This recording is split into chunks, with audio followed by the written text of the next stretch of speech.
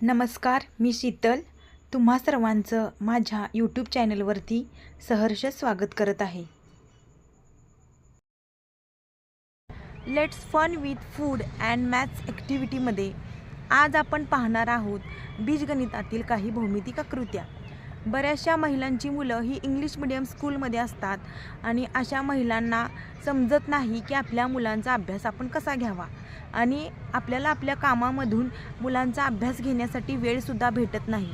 तर आपण एक अशी छोटीशी ॲक्टिव्हिटी घेऊन आपल्या मुलांचे भौमितिक आकार त्यांना समजले आहेत का, त्यांची नावे पाठ आहेत का, हे आपण घरच्या गृहिणींनी एक सुंदर सोपी ॲक्टिव्हिटी घेऊन भौमितिक आकार व त्यांची नावे पाठ करून घेऊ शकतो. आज होती एकादशी. एकादशीनिमित्त आमच्या घरी स्पेशल मेनू बनवला होता. मनात विचार आला की या उपवासाच्या साहित्यापासूनच आपण विद्यार्थ्यांसाठी काहीतरी छोटी मोठी ॲक्टिव्हिटी करू शकतो. सगळ्यात आधी 5 ते 6 बटाटे कुकरला लावून 5 ते 6 शिट्ट्या घेऊन चांगले उकडून घेतले आणि हे बटाटे उकडल्यानंतर ते सोलून घेतले. एका भांड्यामध्ये उकडलेले हे बटाटे आपण स्मॅश करून घ्यायचे आहेत.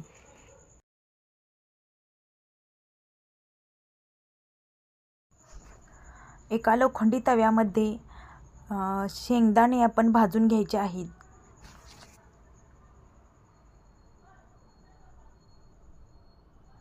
शेंगदाणे चांगले भाजल्यानंतर ते थंड करायचे आणि मिक्सरच्या जारमध्ये हे शेंगदाणे घालून त्याचे बारीक कूट करून घ्यायचे आहेत.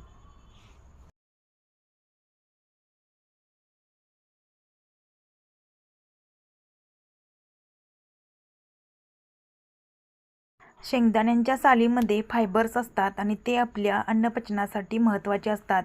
त्यामुळे शेंगदाण्याच्या साली न काढता त्याचा कूट आपण मिक्सरच्या जारमधून करून घ्यायचा आहे.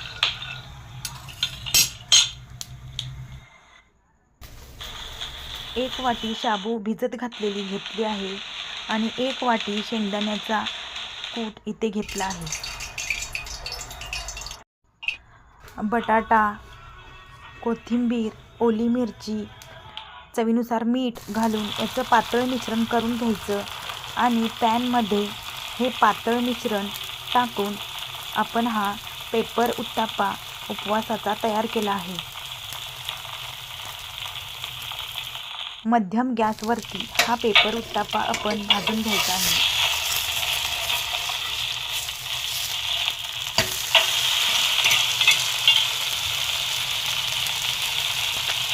दिसायला अतिशय सुरेख आणि कुरकुरीत लागणारा असा उत्तापा आपण उपवासाला शाबूच्या खिचडीसाठी पर्याय म्हणून घेऊ शकतो.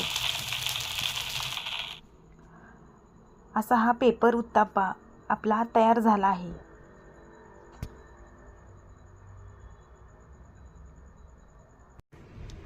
जर उपवासाला तुम्हाला खिचडी खाऊन कंटाळा आला असेल तर असा क्रिस्पी, क्रंची, कुरकुरीत उपवासाचा पेपर डोसा तुम्ही एकदा नक्कीच तयार करून पहा.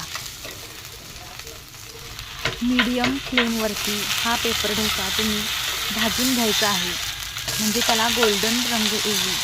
जर गॅसची फ्लेम मोठी असेल तर हा उत्तापा करपू शकतो. इथे आपले उपवासाचे पेपर डोसे तयार झाले आहेत. कमीत कमी तेलामध्ये आपण हे तयार करू शकतो. खोबऱ्याच्या चटणीसाठी एक ओला नारळ फोडून घ्यावा आणि तो खवून घ्यावा. खवलेले खोबरे मिक्सरच्या जारमध्ये टाकून आपल्याला ज्या पद्धतीनं चटणी हवी आहे त्या पद्धतीने त्याचे दुरदुरीत असे मिश्रण करून घ्यावे. या चटणीसाठी कढीपत्ता, मिरची आणि जिऱ्याची फोडणी तयार करून घ्यावी.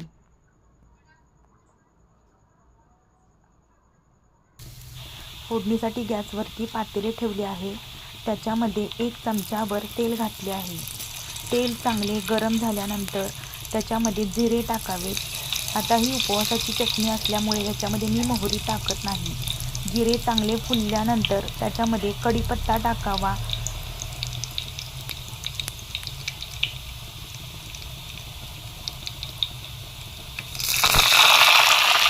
बारीक चिरलेल्या मिरच्या टाकाव्या. फोडणी चांगली तडतडल्यानंतर ती खवलेल्या खोबऱ्याच्या मिश्रणामध्ये ओतून घ्यावी.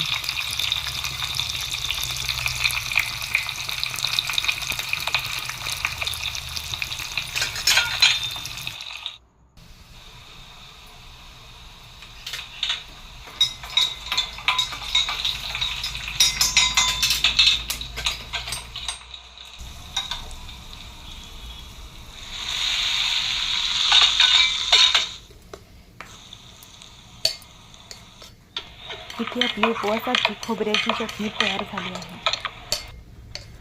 या चटणीमध्ये चवीनुसार मीठ, चिमूटभर साखर घालून तुम्ही ही सर्व करू शकता. जर तुम्हाला चटणी पातळ आवडत असेल तर तुम्ही ही मिक्सरला फाईन बारीक करून ती सर्व करू शकता. उपवासाची चटणी तयार झाली आहे. जर तुम्हाला शेंगदाण्याची चटणी हवी असेल तर खोबऱ्याऐवजी शेंगदाण्याचा वापर करू शकता. यानंतर राहिलेल्या मिश्रणापासून तव्यावरती गोल आकाराचे थापी वडे बनवले आहेत. मध्यम आकाराचे वडे करून ते मध्यम आचेवरती सोनेरी रंग येऊपर्यंत भाजून घ्यावेत. कमीत कमी तेलाचा वापर करून मध्यम आचेवरती हे वडे सोनेरी रंग येईपर्यंत आपण थापून घ्यावेत आणि ते खरपूस असे भाजून घ्यावेत.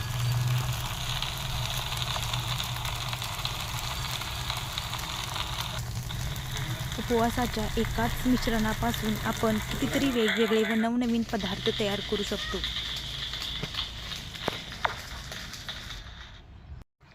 इथे ऑलमोस्ट माझ्या उपवासाच्या नवनवीन डिशेस तयार झाल्या आहेत. कोणताही पदार्थ हा त्याच्या चवीवरून, रंगावरून, त्याच्या प्रेझेंटेशनवरून तो चांगला आहे किंवा नाही हे ठरवता येतो. त्याचबरोबर तुम्ही किती मन लावून तो पदार्थ बनवला आहे हे देखील तितकेच महत्त्वाचे आहे. आत्ताच्या कुशल गृहिणींना एखाद्या पदार्थामध्ये कोणकोणते प्रमाण कसे टाकावे हे सर्वच माहीत असते. घरात प्रत्येकाच्या आवडीनिवडीनुसार वेगवेगळे मेनू बनवल्यानंतर राहिलेल्या मिश्रणापासून आता आपण ही मुलांसाठी लागणारी नवीन ॲक्टिव्हिटी बनवणार आहोत.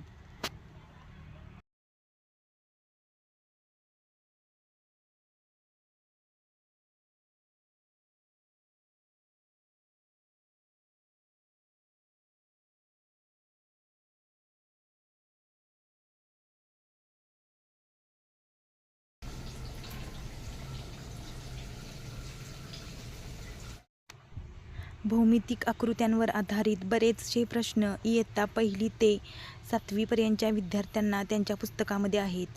त्यामध्ये इयत्ता 1लीची मुलं किंवा 1लीपेक्षा लहान असणारी मुलं ही अतिशय चलबिचल असतात आणि अशा मुलांना भौमितिक आकृत्या लक्षात ठेवण्यासाठी मी इथे चौकोन, आयत, गोल, वर्तुळ, अर्धवर्तुळ, शंकू यांसारखे बरेचसे आकार या पदार्थांपासून तयार केले आहेत.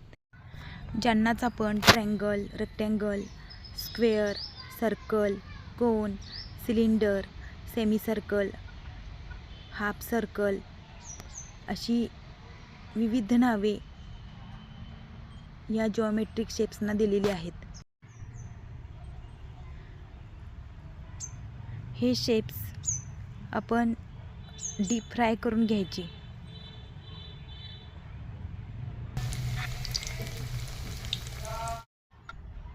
इथे मुलांसाठी लागणारा नाश्ता आपला तयार झाला आहे. हा नाश्ता तुम्ही त्यांच्या टिफिन बॉक्समध्ये पॅक करू शकता किंवा जर मुलांचा उपवास नसेल तर त्याच्यावरती तुम्ही सॉसने त्यांची नावे देखील लिहू शकता.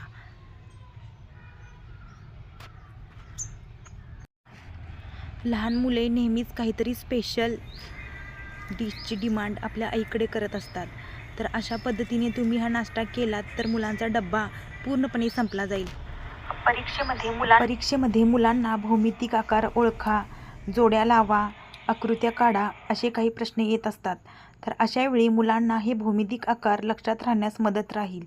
त्याचबरोबर लंच बॉक्समध्ये तुम्ही अशा प्रकारचा नाश्ता करून दिलात तर मुलं आपापसामध्ये चर्चा करतील. Circle, triangle, square, rectangle, cube, cuboid, semi circle, cone यांसारखे बरेचसे भौमितिक आकार आपण यापासून बनवले. त्याचबरोबर एकच जिन्नस वापरून उपवासाचे काही स्पेशल मेनू ज्याच्यामध्ये थापीव वडे, उपवासाचं थालीपीठ, उपवासाचे थापीव वडे व उपवासाची आंबोळी यांसारखे बरेचसे पदार्थ आपण कसे बनवायचे ते देखील पाहिले. जर तुम्हाला सुद्धा माझा व्हिडिओ आवडला असेल तर माझ्या चॅनलला सबस्क्राईब करा, माझ्या चॅनलला लाईक करा, फॉलो करा आणि नवनवीन व्हिडिओज, नवनवीन माहिती माझ्या चॅनलवरती पाहत राहा. धन्यवाद.